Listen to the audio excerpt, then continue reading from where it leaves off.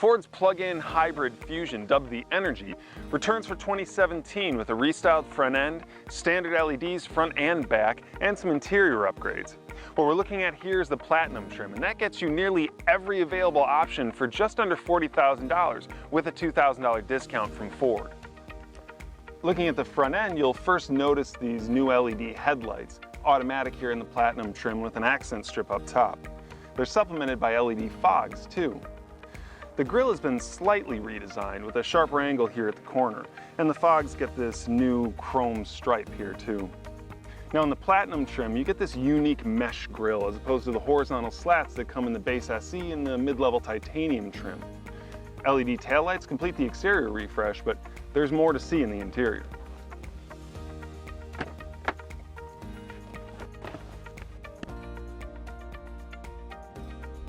So the first thing you're going to notice is this new rotary dial for gear selection. It's plastic, I think, but it actually feels really good in operation. It's nicely knurled, and I haven't had one complaint with it over a week of driving, even like quick reverse and then drive situations. And there's a low gear selector just by a button right in the center. There's another button now for engine start and stop too, and that's again standard for every Fusion Energi trim.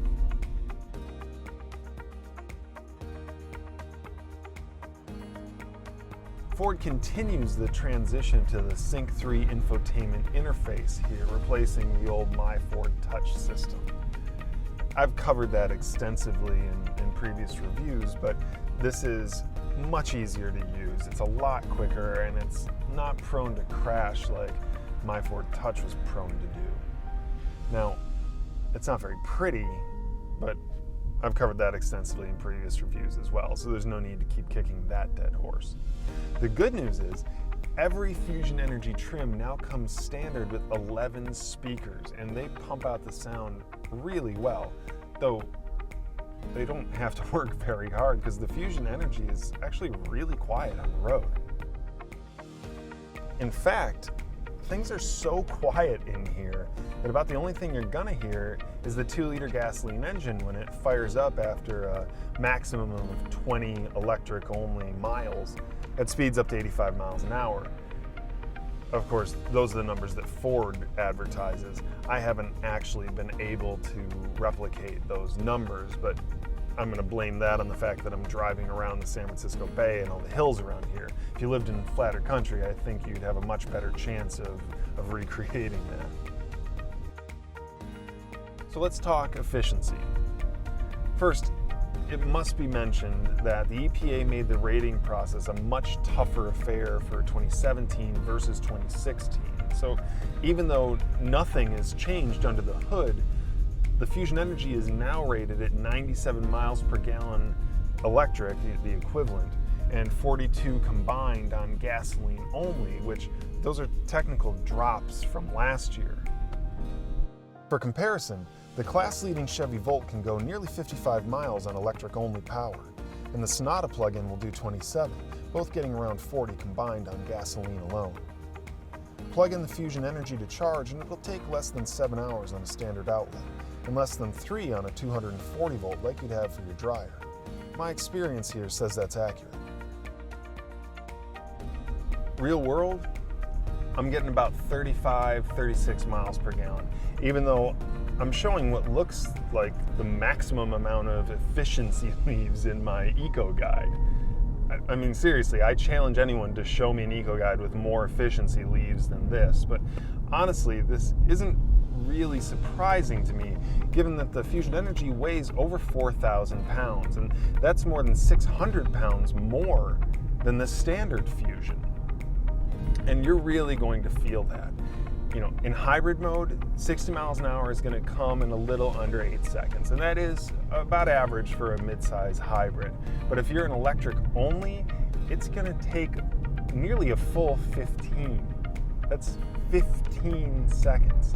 And don't forget, that's also the added wear on your brakes and your tires and your suspension.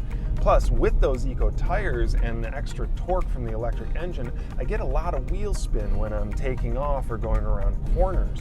And if it's wet, that's unavoidable. It's going to happen, and it's pretty unsettling. And don't forget, that effect goes both ways.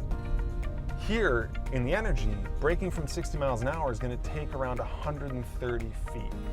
And that's 10 to 15 feet more than in the standard Fusion. Although, admittedly, it is about average for a mid-size hybrid. Even worse, the brake feel here is pretty bad. I mean, most regenerative braking setups have a tendency to feel wooden, but this has the unique distinction of being both grabby and mushy, which can lead to a lot of jarring jolts for your passengers. It's the same situation with the steering, which is, frankly, it's over boosted, but it also modulates wildly depending on what you're doing with the pedal and the wheel. It was the same in the standard hybrid Fusion that I tested a few years back, and I really can't believe that Ford hasn't addressed it yet. Not that Fords have ever really been known for their great steering. It's a shame. The chassis and the suspension really are some of the best parts of the standard Fusion.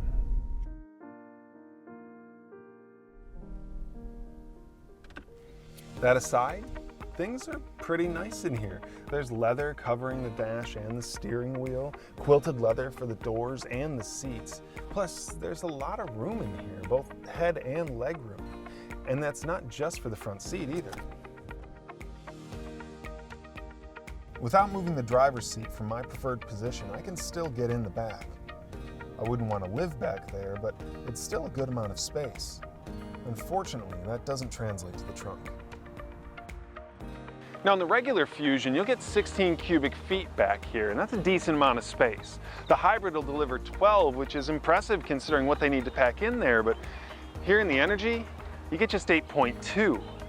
Now the Volt and the Sonata, they'll get you 10 or more, and the Prius Prime will double that, but this is good for a few grocery bags, maybe a couple overnight bags, perhaps a golf bag, but that's about it.